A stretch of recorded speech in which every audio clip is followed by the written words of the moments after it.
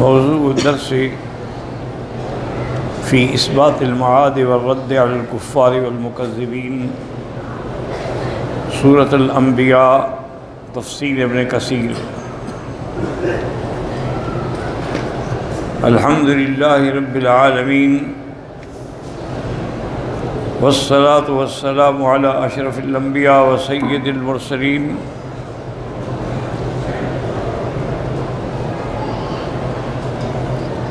سيدنا محمد وعلى آله وأصحابه أجمعين. اللهم صل على سيدنا محمد وعلى آل سيدنا محمد كما صليت على إبراهيم وعلى آل إبراهيم في العالمين إنك حميد مجيد. أعوذ بالله من الشيطان الرجيم. بسم الله الرحمن الرحيم. وَإِذَا رَآكَ الَّذِينَ كَفَرُوا إِن يَتَّخِذُونَكَ إِلَّا هُزُوًا أَهَذَا الَّذِي يَذْكُرُ آلِهَتَكُمْ وَهُمْ بِذِكْرِ الرَّحْمَنِ هُمْ كَافِرُونَ.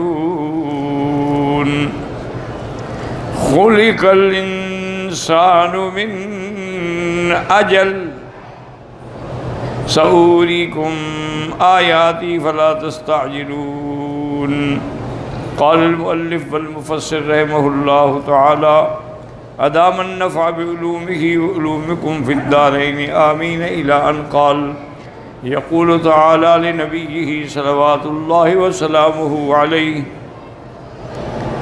وإذا رآك الذين كفروا يعني كفار قريش كأبي جهل وأشباهه إن يتخذونك إلا هزوا أي يستهزئون بك وينقصونك. اللہ پاک اپنے پاک نبی سیدنا محمد مصطفیٰ صلوات اللہ وسلامہ علیہ کو فرماتے ہیں کہ جب کفار قریش آپ کو دیکھتے ہیں ابی جہل اور اس کی جماعت، وہ آپ کے ساتھ استہزاء کرتے ہیں اور آپ کی شان کو گھٹانا چاہتے ہیں اور یہ کہتے ہیں احاد الذی یذکر آلہتکم یعنون احاد الذی یسب آلہتکم ویصفح احلامکم. پھر اشارے کر کے کہتے ہیں کہ اچھا یہ ہے جو تمہارے خداؤں کو گالیاں دیتا ہے اور تمہارے باپ دادے کو بے وقوف کہتا ہے. قال تعالی وہم بذکر الرحمن ہم کافرون. اصل وجہ یہ کیا ہے کہ وہ اللہ پر ایمان نہیں رکھتے، اس لیے اس کے پیغمبروں کے ساتھ استہزاء کرتے ہیں. ای وہم کافرون باللہ وما ھذا یستہزئون برسول اللہ. اللہ کے ساتھ بھی کفر کرتے ہیں، اللہ کے رسول کے ساتھ بھی نعوذ باللہ استہزاء کرتے ہیں. کما قال فی الآیۃ الاخری وَإِذَا رَأَوْكَ إِن يَتَّخِذُونَكَ إِلَّا هُزُوًا هَذَا الَّذِي بَعَثَ اللَّهُ رَسُولًا. کہتے ہیں کہ اچھا بطور نعوذ باللہ استہزاء اسی کو اللہ نے رسول بنا کے بھیجا ہے. ان قاد یضلنا عن آلہتنا لولا صبرنا علیہا وسوف یعلمون حین یرون العذاب من اضل سبیلا. اگر یہ تو ہمیں اپنے راستے سے، اپنے دین سے، اپنے معبودوں سے ہٹا دے گا اگر ہم نے اس کی بات مان لی. اور وسوف یعلمون، اور دیکھیں گے جب عذاب پھر ان کو پتہ لگے گا کہ کون گمراہ ہے اور کون حق والا ہے. اللہ نے فرمایا وجہ یہ ہے کہ انسان جلدی میں پیدا کیا گیا، اس میں جلد بازی ہے. خلق الانسان من اجل کما قال فی الآیۃ الاخری وقال الانسان عجولا. اور ٹشو کہاں ہے، بے رومال کہاں ہے، ہر چیز بھول جاتے ہیں، کیا کرے آدمی. لا حول ولا قوت الا باللہ.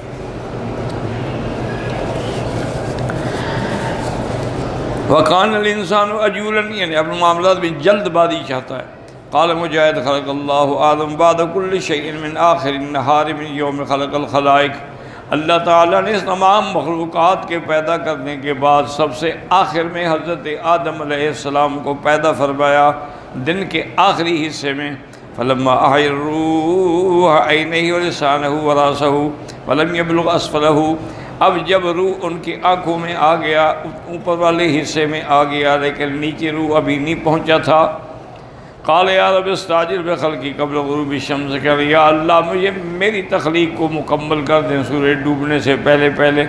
اور ایک روایت میں آتا ہے کہ حضرت آدم نے اٹھنے کی کوشش کی لیکن چونکہ نیچے والے حصے میں ضرور ہی نہیں تھا تو اٹھ کیسے سکتے تھے۔ وقال ابن ابي حاتم حدثنا احمد بن سنان قال حدثنا يزيد بن هارون قال انبانا محمد بن علقمة بن وقاص الليثي النبي صلى الله عليه وسلم النبي رضي الله تعالى عنه قال قال رسول الله صلى الله عليه وسلم خير يوم طلعت فيه الشمس يوم الجمعة، آپ نے فرمایا کہ سب سے اچھا اور بہتر دن جو ہے وہ جمعہ کا دن ہے۔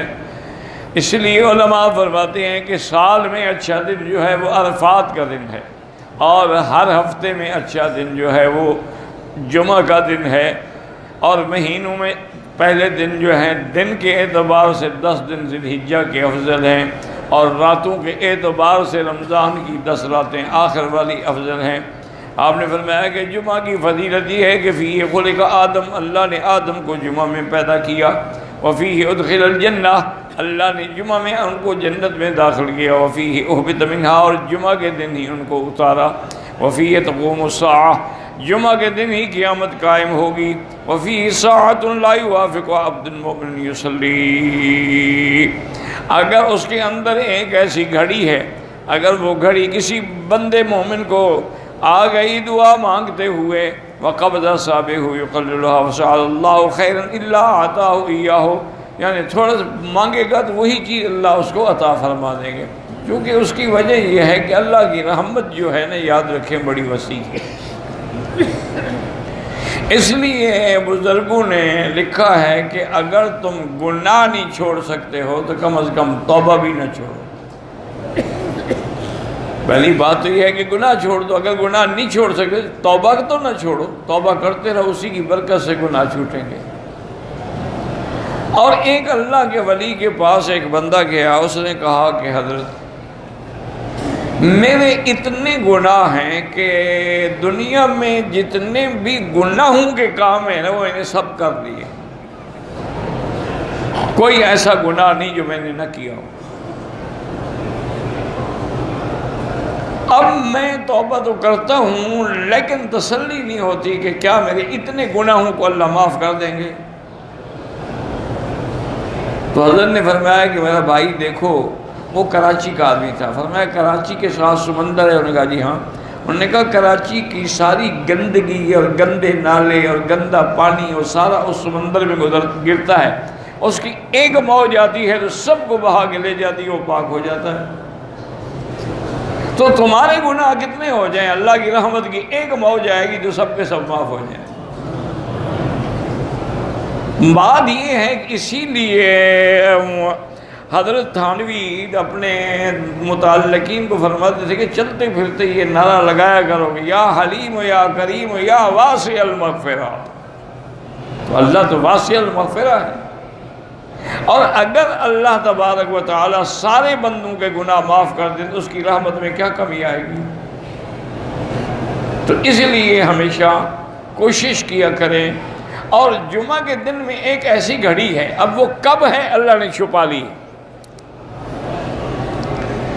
بعض لوگ تو یہ کہتے ہیں جی کہ آپ صبح کی نماز پڑھنے کے بعد طلوع شمس سے تیار ہو کے آ جائیں اور مسجد میں بیٹھ جائیں، قرآن پڑھتے رہیں، نماز پڑھتے رہیں، اللہ کا ذکر کرتے رہیں، اسی سارے دن میں کسی وقت وہ گھڑی آنی ہے، اور اس کام کی نیت کر لیں کہ میں اس لیے بیٹھا ہوں، تو انشاءاللہ وہ دعا آپ کی منظور ہو جائے گی۔ اور بعض علماء فرماتے ہیں کہ امام کے جو 2 خطبے ہیں نا، ایک خطبہ دے کے امام بیٹھتے ہیں پھر کھڑے ہوتے ہیں، یہ درمیان میں جو تھوڑا سا وقفہ ہے اسی میں وہ گھڑی ہے۔ لیکن راجح اقوال علماء کے یہی ہیں کہ عصر سے لے کر مغرب تک اس وقت میں وہ گھڑی مستجابہ ہے، جو دعا مانگو اللہ قبول فرما لیتے ہیں۔ تو مشکل تو کوئی نہیں ہے کہ انسان اگر چاہے، دیکھیں نا آدمی مزدوری کرتا ہے، نوکری کرتا ہے، 12 گھنٹے کی ڈیوٹی کرتا ہے، کبھی آن کال ہو تو 24 گھنٹے کی ڈیوٹی کرتا ہے، تو اگر آپ اپنی آخرت اور دنیا سنوارنے کے لیے عصر سے لے کر مغرب تک باوضو بیٹھ جائیں، نیت کر لیں، پھر تلاوت کرتے رہیں، درود پڑھتے رہیں، ذکر کرتے رہیں، تو گھڑی مل جائے گی۔ فقال عبداللہ بن السلام قد عرفت تلك الساعة هي آخر ساعات النهار من يوم الجمعة حضرت ابو سلمہ کہنے لگے کہ عبداللہ ابن سلام بھی بیٹھے تھے، انہوں نے کہا اچھا مجھے پتہ لگ گیا اس وقت کا، یہ معنی ہے کہ دن کے آخری حصے میں وہ وقت ہے، چونکہ آدم کو اللہ نے آخر وقت میں پیدا فرمایا ہے نا۔ وَهِيَ الَّذِي خَلَقَ اللَّهُ فِي آدَمَ قَالَ اللَّهُ تَعَالَى خَلَقَ الْإِنسَانَ مِنْ عَجَلٍ سَأُرِيكُمْ آيَاتِي فَلَا تَسْتَعْجِلُونَ وَالْحِكْمَةُ فِي ذِكْرِ أُجْرَةِ الْإِنسَانِ هَا هُنَا أنه لما ذكر المستهزئين بالرسول صلوات الله وسلامه عليه وقع في النفوس سرعة الانتقام منهم واستعجلت ذلك۔ مفسر فرماتے ہیں کہ یہاں انسان کے جلد باز ہونے کا ذکر اللہ نے کیوں کیا؟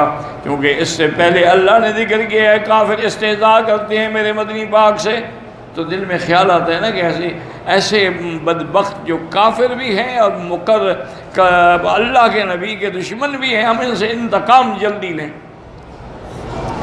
اللہ نے فرمایا ہاں انسان جو کہ جلد باز ہے نا، وہ ہر کام میں جلدی کرنا چاہتا ہے، لیکن یہ اس کا حلم ہے کہ وہ کافروں کو بھی مہلت دیتا ہے، وہ دشمنوں کو بھی مہلت دیتا ہے، پھر ان کو رزق بھی دیتا ہے، اولادیں بھی دیتا ہے، مال بھی دیتا ہے۔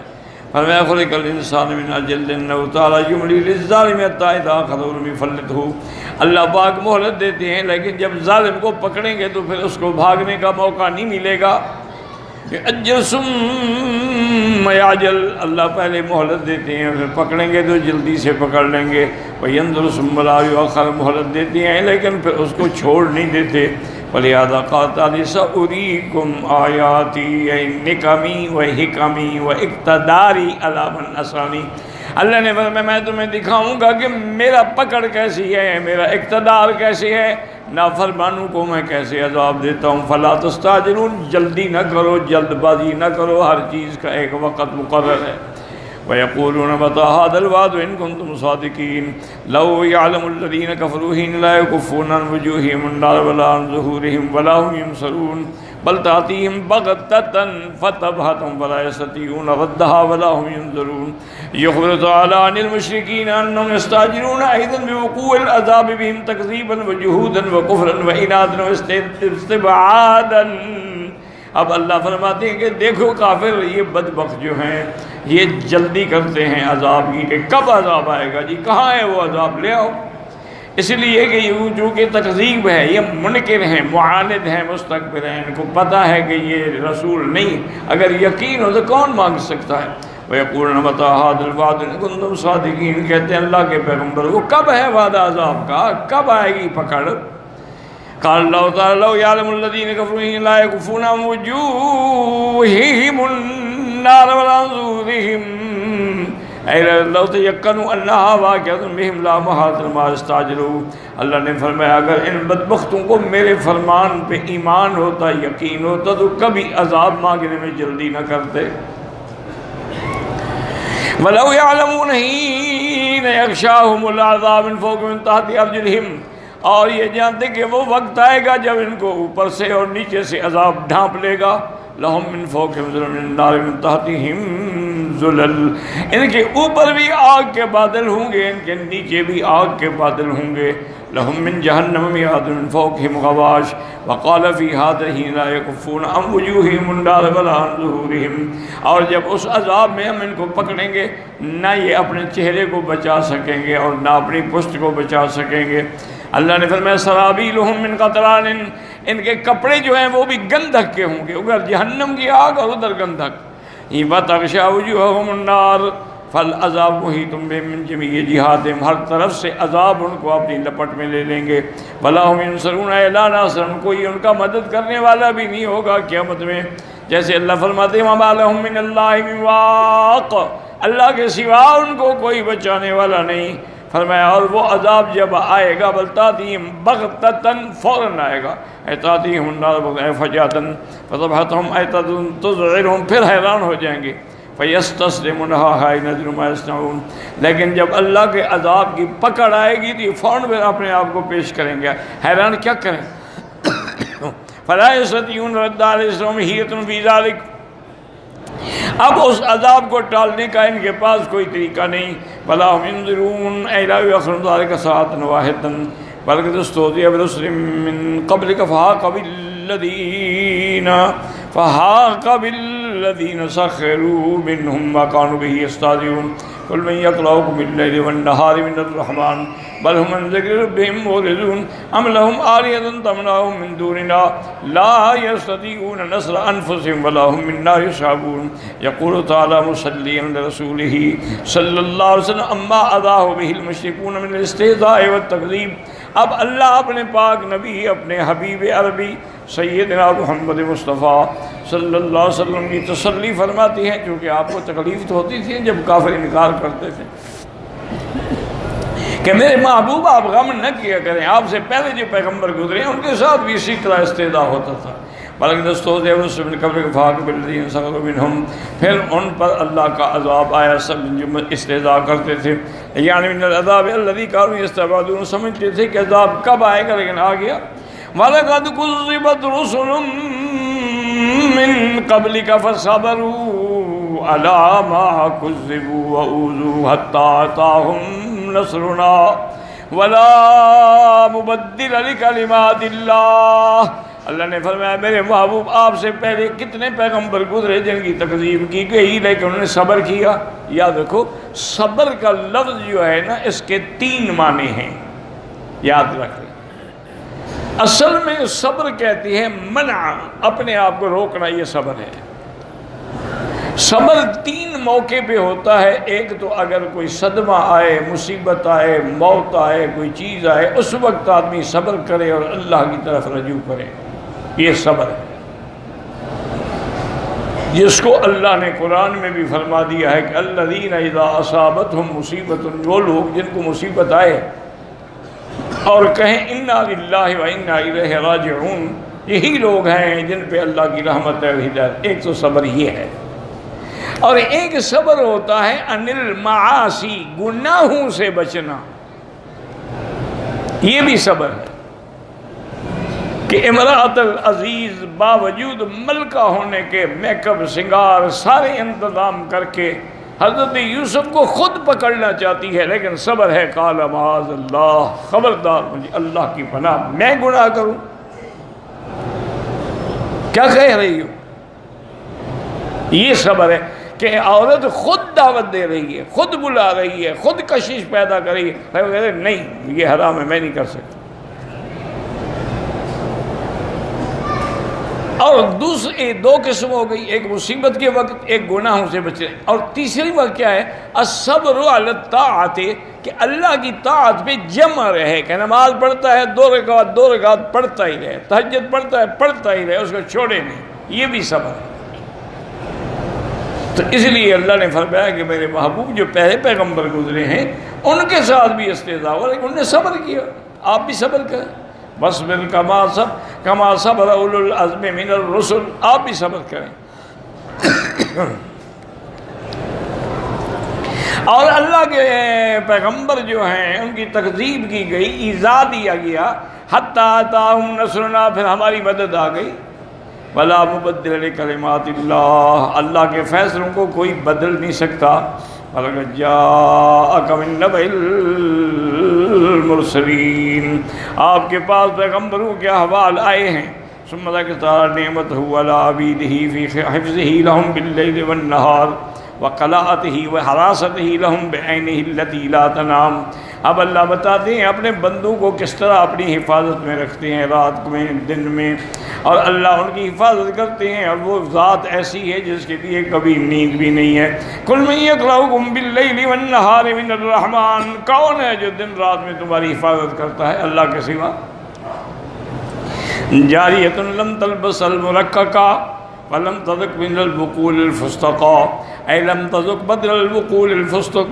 وقوله تبارک وتعالی بل هم عن ذکر ربهم معرضون لا يعترفون بنعمت اللہ علیہم واحسانہ الیہم.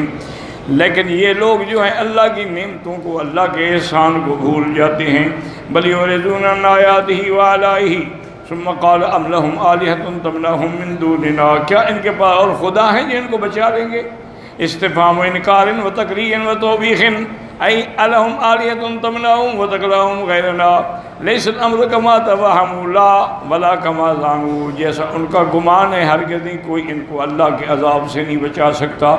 ولہذا قال لا يستطيعون نصر انفسهم اے هذه الآلهة التي يستندوا إليها غیر اللہ، یہ جو خدا انہوں نے بنا رکھے ہیں وہ تو اپنی بھی حفاظت نہیں کر سکتے، تمہاری حفاظت کیا کریں گے؟ لا يستطيعون نصر انفسهم ولا هم منا يصحبون ولا هم منا يصحبون يجارون لا يصحبون من اللہ بخیر ولا هم منا يصحبون بهم يمنعون، نہ یہ اپنی حفاظت کر سکتے ہیں نہ اللہ کے عذاب سے روک سکتے ہیں، واللہ اعلم۔